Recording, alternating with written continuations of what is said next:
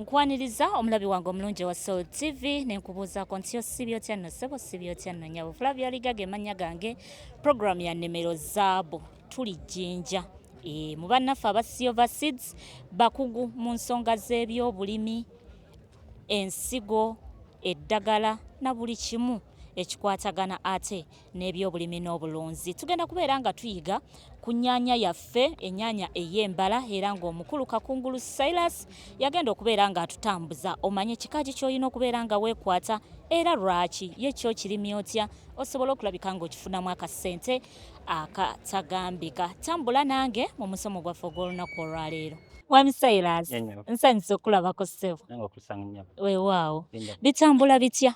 Tebibadde bibi tugezaako okulaba nti kati engeri gye tuli nti Silver Seed Uganda Limited tugezaako okulaba nga tutambula n'abalimi buli mulimi yenna abenva abakasooli mboga binyeebwa bijanjalo so abalimi bonna mu ggwanga lyonna tugezaako okulaba nga tutambula nabo mpolampola nga tubayigiriza ebintu engeri gye basobola okubikola nga tulisi oba ng'olimye ennyaanya olimye emboga tulisi osobola okuba nga naawe ofunamu ki akasente atulisi naawe ne weeyagalako naawe n'olema okugamba okulima kubi at least nawe n'ovaayo nga wenyumirizaako mu kulima.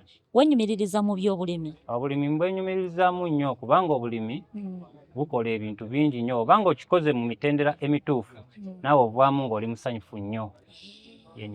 Okay. Olunaku olwaleero njagala kwogere ku nnyaanya yaffe. Ennyaanya gye mulina ku katale essaawa eno kikaaki? Nga Silver Seed Uganda Limited tuli basanyufu nnyo kuleeta eddoboozi eno eri omulimi waffe yenna. Silver Seed Uganda Limited abasinga abalimi bye balinga bamanyi nga East African Seed Uganda Limited tubaleetedde ennyaanya ekola obulungi ennyo gye tuyita King F1. King F1 y'ennyaanya gy'olima n'olabika nga at least amakungula go ogafuna nga g'amaanyi nnyo. King F1 obanga ogimye bulungi nnyo ojja kwesanga nga buli kikolo kikuwa kumpi nnyaanya 10 mu myezi nga 3 ate ng'etuukira mu budde obumpi nnyo tojja gisanga nti mu myezi 2.5 ennaku nga 65 ennyaanya yaffe eno eba etandise okuba nga etuuka bulungi nnyo n'ogiba nga ogikungulira mu bbanga eriwerako. Okay. Mu ndabika eyawukana etya ku nnyaanya endala? Ennyaanya eno mu ndabika yaayo nti ogisanga nti yo erya oval si zino eza round nayo ogisanga eringa musununu then olaba nga ekola akasukafu akarwedde ennyo wekola akasukafu kano akarwedde ennyo gyagisangana n'ekikuta kyayo kigumu bulungi nnyo nti kigiyamba kulabika ng'ogitambuza olugendo oluwanvu nga tefunye damage yonna.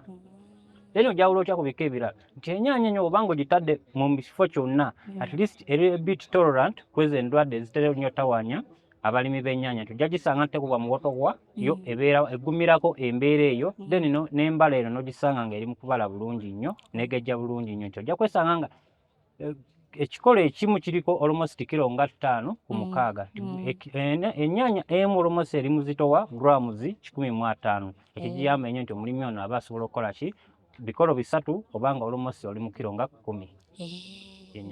Okay. Ennyaanya yaffe eno bwe tugamba ku nsonga y'akatale etundibwawa okusinga? Ennyaanya eno sijja kugamba nti netundibwa wano mu katale wokka naye country wide ennyaanya eno esobola okuba nga etundibwa n'ofulumamu wabweru w'eggwanga. Lwaki? Nti ennyaanya eno yakolebwa nga erina olususu olugumu ennyo tikigiyamba okuba nga etambula olugendo oluwanvu oyagala gitwala Kenya, Rwanda, Sudan kigiyamba okulabika nga etambula olugendo oluwanvu. Lwaki? Nti akasusu kaayo kagumu buli obanga ogipaakinze bulungi ejja kuba nga etambula olugendo. Kyova olaba tuli mukubiriza omulimi nti obanga onoonya ennyaanya gye wandibadde ng'olimamu eno season oba mu guno omwaka ng'oyagala okuva mu bwavu wandibadde weekwata ennyaanya yaffe ya King F1. Okay. Twogere ku nteekateeka yaayo nga tugenda okugirima etandikira mu nursery bed oba ejja direct mu main garden? Ennyaanya eno tutandikira mu nursery bed. Twonna nga onaatandika mu nursery bed tulina nursery bed za mirundi ng'ebiri naye nja kuba nga twogera ku nursery bed zaffe zino eza wansi nti omuntu yenna ali mu teekateeka nursery bed yaffe alimenti okuba nga apima ategeera ennyaanya yange eno njagala gitunda mu kiseera ki. Tetulina omulimi ayinza ogamba ennyaanya yange njagala gitunda mu December, ennyaanya yange njagala gitunda akatale nga kali waggulu. Eyina sizoni. Ennyaanya zaffe zino kubanga ofunamu obulungi ennyo kyetaaga n'obala sizoni. Nga buli kimu kyonna kyetaaga nnyo okubala ki sizoni. Nti bali bwe baba bayingiddemu mu sizoni bonna ne bayingira g'oyinza obalekamu nga mwezi nga mulamba then gwe n'otandika okusetinga nursery bed yaffe eno.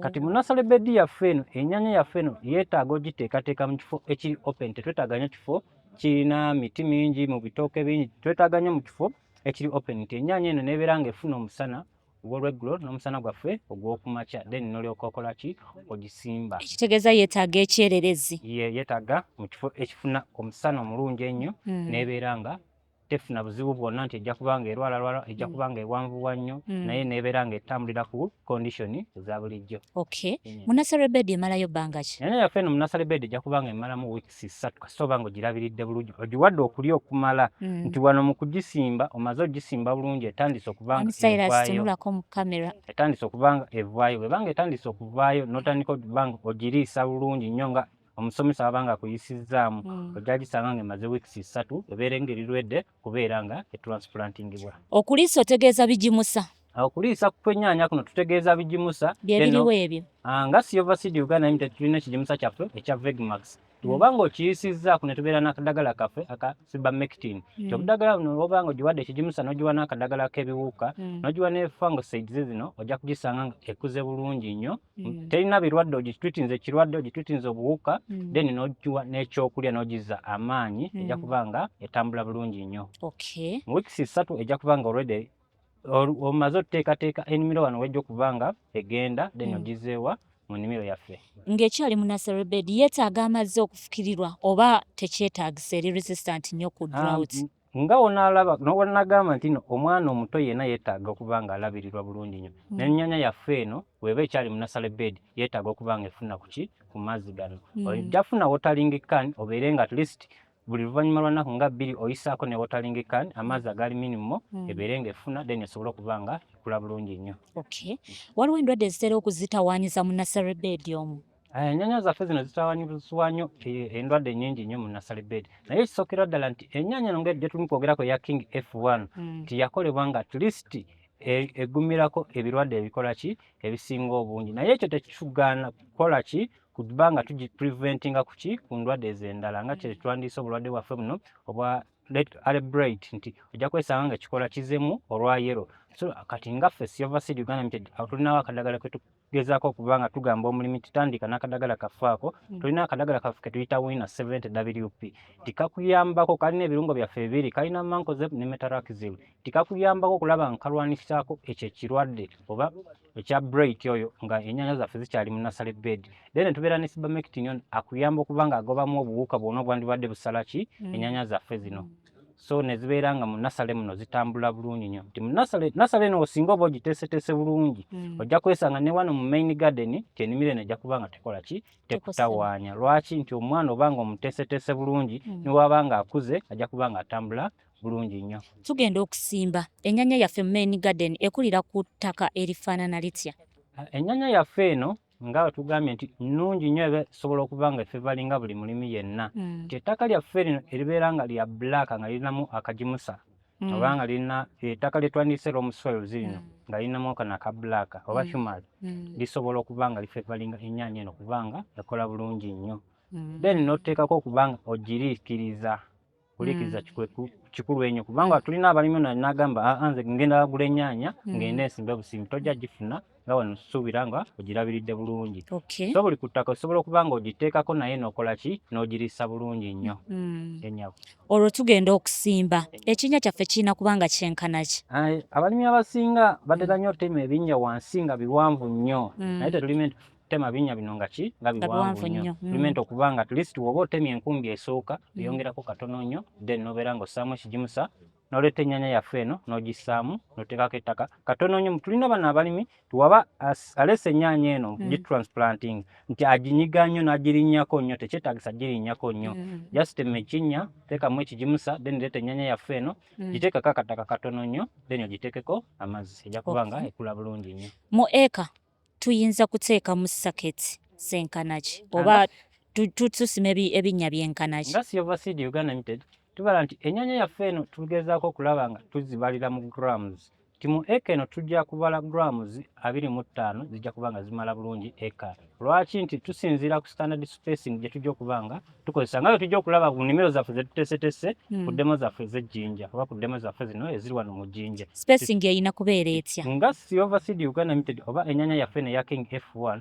okuva ku lane okudda ku lane tukozesa fuuti 2 ne tuteekamu ekikolo kimu then okuva ku kukikola okudda ku kikola nawe ne tukozesa fuuti bbiri nti kino kigiwa amaanyi kubanga ekula bulungi nnyo nebeera nga terina competition yonna ey'ekigimusa wansi nga ekikola ekyo kifuna ekigimusa ekigimala obulungi ne management wano ebeera nyangu nnyo. Okay. Saketi ziri mu ssente nga mmeka? Kuba oli ayinza okwebuuza neetaaga saketi mmeka ez'ennyaanya eno okusimba mu eka? Silver Seed Uganda Limited oba East African Seed wano we tuli mu kwogera ku nnyaanya zaffe zino eza King F1 twagala nnyo okuba nga tutambula n'omulimi waffe ono. Buli mulimi at least tugezaako okuba nga tumufaako nnyo nti tulina ensigo 250 ne tubeera n'ensigo 1,000 ne tubeera n'ensigo 2,500 nti zino ensigo zonna buli mulimi asobola okuba nga azisobola ne Uganda. Lwaki si za akasente ka waggulu nnyo nti at least n'oba nga otunzeeko akantu konna akatono ennyo ojja kwesanga nti at least kabbeeyi kano si ka waggulu nnyo tetugeza nnyo tunda nti n'omulimi tufune ffekka magoba ng'omulimi tali mufunamu. So tugezaako okulaba nga tupaakinga ensigo buli mulimi gy'asobola okuba nga akola ki asobola okuba nga agula. Okay. Tumaze okusimba ki ekiddirira awo? Tubanga tumaliriza okusimba ennyaanya yaffe ntera nnyo okuba n'ebiwuka. Ebiwuka kyesingira ddala okuba ekikulu nti tulina ebiwuka bino ebivaayo nga bitera okusala ki ennyaanya zaffe ne zisanga zonna amakola zigalidde byonna ziri mu bizoonoona. Tulina eddagala lyaffe lutegezaako okuba nga tukola ki tutandika nalyo. Tulina eddagala lyaffe erya Cibamectin lijja kuba nga ligobamu ebyo ebiwuka ebitera nnyo okusala ennyaanya zaffe nga zaakavaayo nga twakamala ozisimbuliza ne tuba nga tuzigobamu. Kati bwe tuba tumaliriza tulina ekika ekyokubiri ekijja okuba nga kiyambako okuba nga ebikola byaffe bino bikula bulungi nga bya green bulungi nnyo tebizzeemu lwayero oba okugobamu kitwandiyise bwe. Tulina eddagala lyaffe lye tuyita Protect 70WP. Protect 70WP ono ajja kuba nga akuyamba okuba nga agobamu ebyo ebirwadde ebyandizze okutawaanya ennyaanya yaffe eno. Then tubeera n'ekigimusa kyaffe ekya Mazao Starter kikuyamba okuba nga ennyaanya eno webanga eri mu kusituka okuva wano waggulu kigiwa amaanyi kiringa onaawo omwana muto amata n'aba nga asituka bulungi nnyo. So ebigimusa byaffe bino bigiwa amaanyi nesobola okuba nga enoonya ne bino ebigimusa ebirala ebibeera mu ttaka muno neba nga evaayo bulungi nnyo. So tutegeeza nti Silver Seed Uganda obanga ogiyingiddemu oguze ennyaanya extension service oba abalimisa mwebali eddagala mweriri tekijja kugamba nti ate dukka awalala otandika okunoonya eddagala no obanga tugezaako okuba nga tutambula n'omulimi waffe ono nti niwabanga aguze ennyaanya eno tajja kubanga agamba ate nguze ennyaanya naye sima kikola ki kiddako. Tukubanga tukunnyonnyola eddagala ly'okuba nga okozesa okugoba ebirwadde ebiwuka spacing ogikoze otya singa oba ofunyemu obuzibu bwonna tusobola okuba nga tubeerawo ne tuba nga tukoleragana wamu n'omulimi. Maze okusimba ennyaanya yange ngenda kulaba ddi ku kimuli era omulimi ayina kukola atya okulaba nga ekimuli ekyo tekigwa? Ennyaanya yaffe eno nga tukugambye nti yo etuuka mu kaseera nga mu myezi ng'ebiri nti ennaku 65 ennyaanya yaffe eno enaabanga at least ekimuli kino ekyasoose watandise okuba nga ofuna ennyaanya ezituukidde ddala. Erina ebimuli bibiri nti ekisookera ddala oba ng'olwedde ennyaanya eno nti ezino ezisookera ddala eza wansi ziba zitandise okwengera mu nnaku 65. Kitegeeza nti obanga omaze ogisimba ne wayitawo ennaku nga 30 si gwe mwezi gumu ennyaanya yaffe eno enaaba etandise okuleeta ekimuli ekisookera ddala n'ekyokubiri kiba kikoze ki kitandise kubanga kijja bulungi nnyo. Okay. Kati awo ebeera ebulayo bbanga kyebale oba kasita kijja ne kimuli kasita kibanga kitandise okuvaayo bulungi nnyo kijja kuyisaawo just bbanga teribeera nti no bbanga ddene esimuli otuvaayo nga n'ennyaanya zitandika okola ki okuvaayo okujja nga ate zitandikirawo okula nga otandika kulabirira ennyaanya eno eriko ennyaanya olwedde. Okay. Kaakati omulimi akola kyawo kubanga waliwo okusomozebwa okwenjawulo abalimi bagamba ekikoola kigwa ekimuli kigwa kwegamba nga tebabitegeera ayina kukola ki okunyweza ekimuli ekyo? Si kunyweza kimuli nti ojaleeta eddagala lino okwasisa ekimuli nedda naye bw'obanga olabiridde ekireetera olumu ebimuli okuba nga bivaako bigwa olumu ennyaanya yaffe neba terina kigimusa wansi ekigimala obulungi. Ne management eno gy'obanga oli mu kukola naye obanga ogoberedde emitendera nga nkugambye nti singa oba oli mutambulira mu mitendera tukugambye nti katugenda ku kiseera kya fruit and flowering n'ofuna eddagala lyaffe nga tulina Mazao fruit and flower n'obanga otaddeko kijja kuyamba okuba nga kiboostinga immunity eno oba ekigimusa ekyetaaga okuba nga kifacilitatinga ekimuli kyaffe kino okubeera ku nnyaanya. So tulimenta okuba nga tugoberera ki emitendera. Okay. Then interval zino zetukozesa mu kufiira eddagala lyaffe lino tulimenta okumakinga sure nti eddagala lino n'ekiseera kye tulifuweerezaamu oba kye tulikozesaamu nalyo kituufu. Tulina eddagala eriwunya ennyo nti singa oliteekako mu kiseera ky'ekimuli olumu ligoba ki enjuki. So tulimenta okuba nga tukozesa eddagala erisobola okuba nga teriwunya nnyo kugoba ki njuki. Ne zibeera nga pollination eno muki mweri oba enjuki zino zijja okuwalitisa ki ebimuli byaffe bino ne bibeera nga bibeerako bulungi nnyo. Olwo ntandise ddi okunoga ku nnyaanya yange?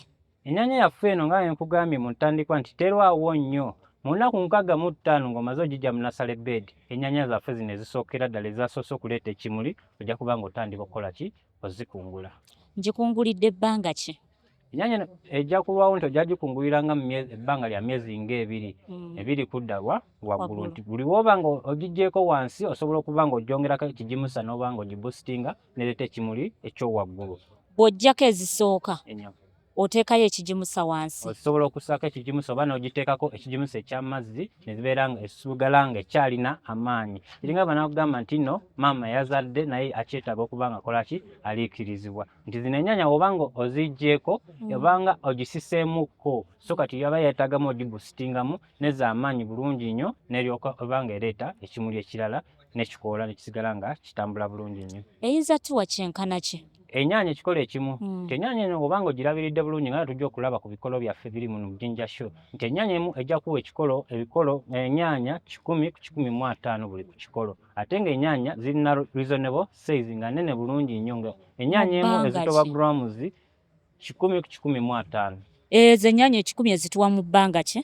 Ennyaanya zino 10 ejja zituwa mu myezi gino nti mu myezi ng'esatu eba erina ezo ennyaanya 10 ziba kweziri bulungi nnyo nga bwe tujja okulaba mu nnimiro yaffe eno gye twagezaako okulaba nga tuteekateeka mu Jinja Show. Kati bwe mmala okukungula ezo ennyaanya 10 n'eziddako zibeera ziwera 10 oba zibeera ntono oba nnyingi kuzaasooka? Nti mu range yo tubalira wamu nti webanga eri mu kutambula tubalira mu range nti ennyaanya ekikolo kino kijja kubaako ennyaanya 10 wenawerako oba 15. So wonna ekikolo tukibala nnyaanya nga 15. 10 ku 15 toyinza okwesanga ekimu kitaddeko 10, 20, 7 bwe watu naye nga at least ekuwadde ennyaanya eziri reasonable eziri waggulu. Okay. Olwo bwe mmaliriza nkijjawo oba nsobola okugenda nga ndiikiriza ebbanga lyonna kisigala kyonna kituuka akaseera ne kibeera nga kikaddiye nga weetaaga okugijjawo then oleete ki ennyaanya empya osobole okuba nga ogenda osimba awantu awalala. Ekintu kyonna we kiba nga kikaddiye kituuka akaseera nga tekikyapafominga. Bwe nzigyawo ennyaanya nsobola okuzzaawo ennyaanya?